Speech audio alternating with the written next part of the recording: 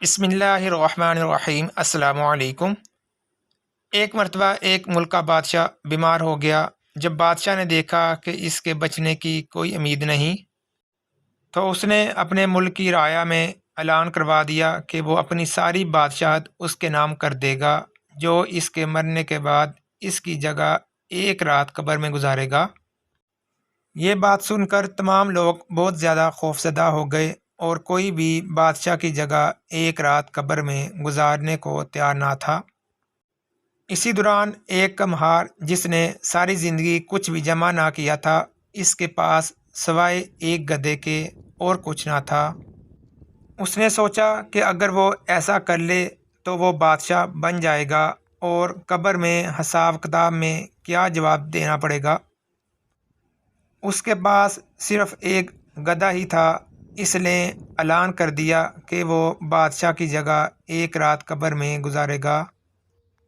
بادشاہ کے مرنے کے بعد لوگوں نے بادشاہ کی قبر تیار کی اور وعدے کے مطابق کمہار خوشی خوشی اس میں جا کر لیٹ گیا اور لوگوں نے قبر کو بند کر دیا۔ کچھ وقت گزرنے کے بعد فرشتے اس کے پاس آئے اور اس کو کہا کہ اٹھو اور اپنا حساب دو۔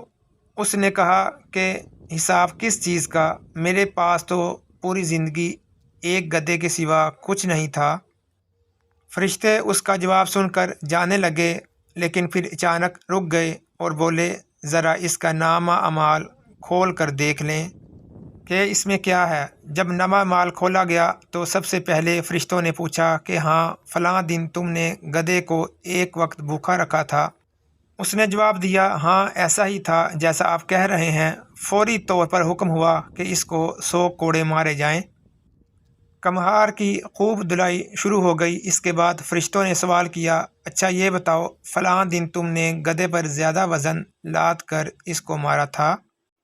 اس نے جواب دیا، ہاں ایسا ہی تھا جیسا آپ کہہ رہے ہیں۔ پھر حکم ہوا کہ اس کو 100 کوڑے اور مارے جائیں۔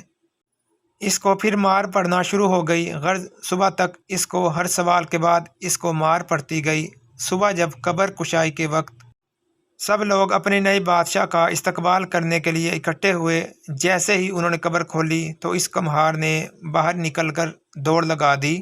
لوگوں نے بادشاہ سے پوچھا، بادشاہ سلامت، کدھر جا رہے ہیں؟ تو اس نے جواب دیا، دوستو، ساری رات میں ایک گدھے کا حساب نہیں دے سکا تو پوری رعایا اور مملکت کا حساب کون دے گا؟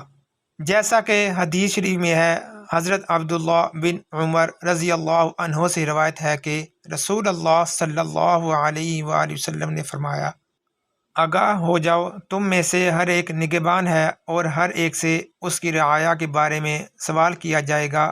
پس امام لوگوں پر نگہبان ہے اور اس سے اس کی رعایا کے بارے میں سوال ہوگا۔ مرد اپنے گھر والوں کا نگہبان ہے اور اس سے اس کی رعایا کے بارے میں سوال ہوگا، اور عورت اپنے شوہر کے گھر والوں اور اس کے بچوں کی نگہبان ہے اور اس سے ان کے بارے میں سوال ہوگا، اور کسی شخص کا غلام اپنے سردار کے مال کا نگہبان ہے اور اس سے اس کے بارے میں سوال ہوگا۔